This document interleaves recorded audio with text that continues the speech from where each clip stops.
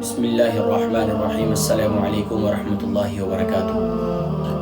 ناظرین کرام، الحمدللہ ثم الحمدللہ، آج طاق رات ہے، 21ویں شب ہے، اور انشاءاللہ طاق رات کے رمضان مبارک کے آخری طاق راتوں کے انشاءاللہ خاص اعمال اور وظائف کا ذکر کریں گے، کیونکہ آقا علیہ السلام نے ارشاد فرمایا کہ سبحان اللہ، تم پر ایک ایسی رات آنے والی ہے، سبحان اللہ، جس کی عبادت 1000 مہینوں کی عبادت سے بہتر ہے۔ اور آقا علیہ السلام کی ایک بہت ہی پیاری حدیث مبارکہ جس کے راوی سیدنا انس رضی اللہ تعالی عنہ ہے کہ حضرت انس رضی اللہ تعالی عنہ فرماتے ہیں کہ ایک مرتبہ رمضان مبارک کا مہینہ آیا تو رسول کریم صلی اللہ علیہ وسلم نے فرمایا کہ تمہارے اوپر ایک مہینہ آیا ہے جس میں ایک رات جو 1000 مہینوں سے افضل ہے، جو شخص اس رات سے محروم رہ گیا تو گویا کہ وہ ساری خیر اور بھلائی سے محروم رہ گیا۔ اور آقا علیہ السلام نے فرمایا اس کی بھلائی سے محروم نہیں رہتا وہ شخص مگر جو حقیقتاً محروم ہے۔ اللہ کریم ہمیں محرومیوں سے محفوظ فرمائے اور محروم لوگوں سے محفوظ فرمائے۔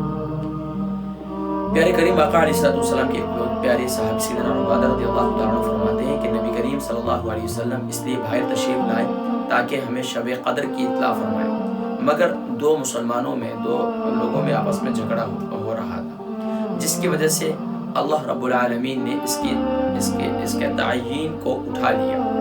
کیا بعید ہے یہ اٹھا لینا اللہ کے علم میں بہتر ہو، لہٰذا اب اس رات کو فرمایا 21ویں، 23ویں، 23ویں، 25ویں، 27ویں اور 29ویں رات میں تلاش کرو۔ حضرت عبادہ رضی اللہ تعالیٰ عنہ نے نبی کریم صلی اللہ علیہ وسلم سے شب قدر کے بارے میں دریافت کیا تو آپ صلی اللہ علیہ وسلم نے فرمایا کہ رمضان کے آخری عشرے کی طاق راتوں میں سے تلاش کرو۔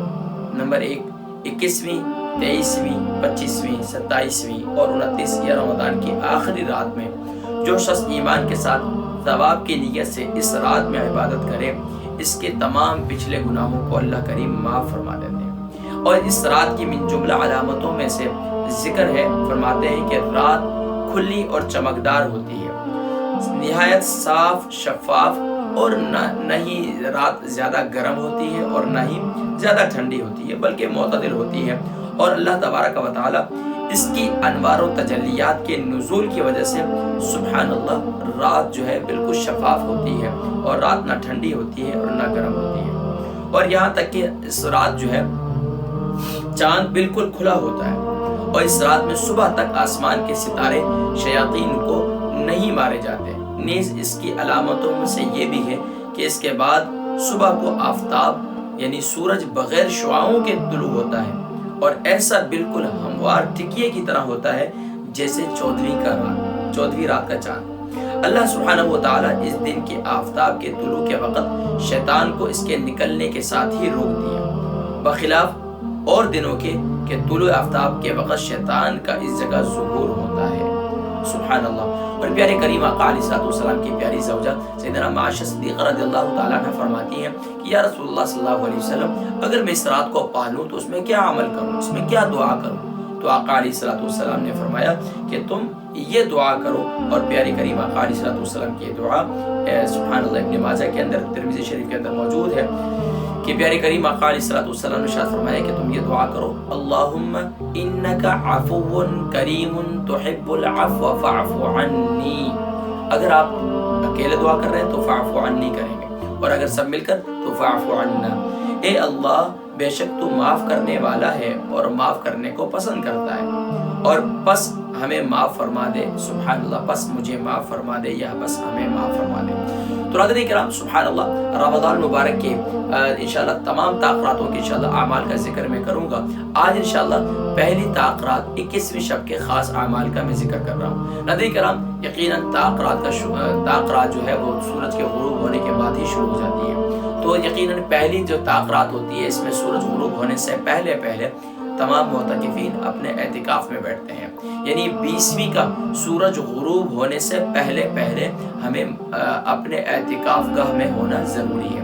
اب مساجد بند ہیں تو اس وقت لوگ یقیناً گھروں کے اندر موجود ہیں، تو اب گھروں کے اندر آپ مرد بھی اعتکاف کر سکتے ہیں اور خواتین بھی اعتکاف کر سکتی ہیں۔ گھر کے ایک حصے کا تعین کر لیجئے اور وہیں پر اعتکاف کی نیت سے بیٹھ جائیے. اور سبحان اللہ، اب اس میں جو ہے سنت اعتکاف یہی ہے کہ 10 دن کا اعتکاف کریں.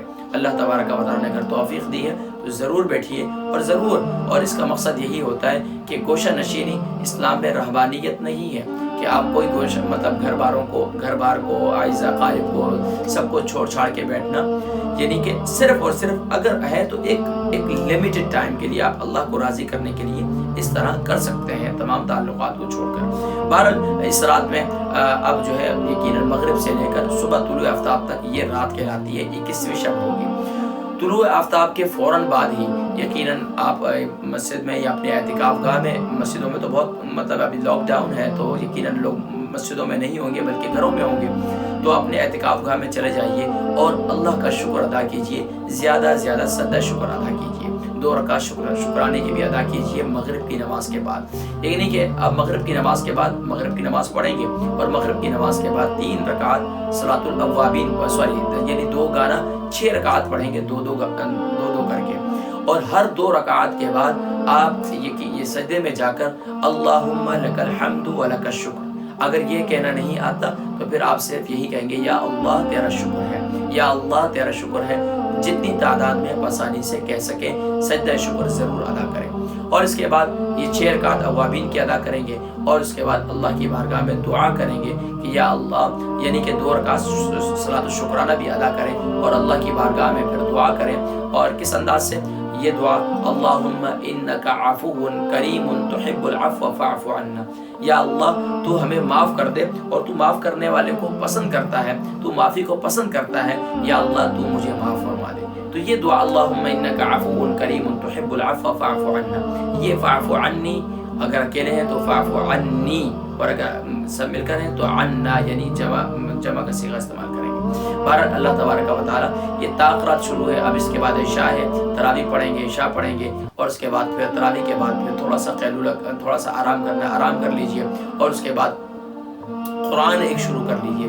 یعنی کم سے کم بھی معتکفین ایک ختم قرآن تو یعنی کہ اپنے اعتکاف کے دوران ضرور اختتام کریں. تو اپنے ایک تلاوت کلام مجید فرقان حمید کا آغاز کر لیجئے اور کم سے کم بھی جتنا ہو سکے اب اس کی تلاوت کریں. اور اس کے ساتھ ساتھ پھر رات کو صلاۃ التسبیح کا اہتمام ضرور کریں. ہر طاق رات میں ایک مرتبہ یعنی صلاۃ التسبیح کا اہتمام ضرور کریں. اور اس کے بعد پھر اللہ تبارک و تعالیٰ کی بارگاہ میں یہ دعا کثرت سے کریں جتنا ہو سکے، اللہم اجرنا من النار، اللہم اجرنا من النار، اللہم اجرنی من النار. یعنی کہ اگر اکیلے ہیں تو اللہم اجرنی من النار، اگر ماشاءاللہ گھر والے بھی ساتھ میں آپ کے دعاؤں میں شریک ہیں تو اللہم اجرنا من النار. تو اس انداز سے آپ یہ کثرت کریں. اور پھر اس کے بعد تہجد کا وقت ہے تو تہجد ادا کریں. اور اس کے بعد پھر کیا ہے، یعنی کہ تہجد کے وقت ہونے کے بعد پھر یعنی کہ آپ سحری وغیرہ کریں گے، سحری وغیرہ کر لیں. پھر نماز فجر کا ٹائم ہو جائے گا تو نماز فجر ادا کیجیے. نماز فجر کی سنتیں اور فرض کے درمیان یہ تمام طاقراتوں میں آپ نے 41 مرتبہ، کم سے کم 41 مرتبہ سورۃ الفاتحہ پڑھنی ہے بسم اللہ کی میم کے ساتھ، بسم اللہ الرحمن الرحیم الحمدللہ رب العالمین.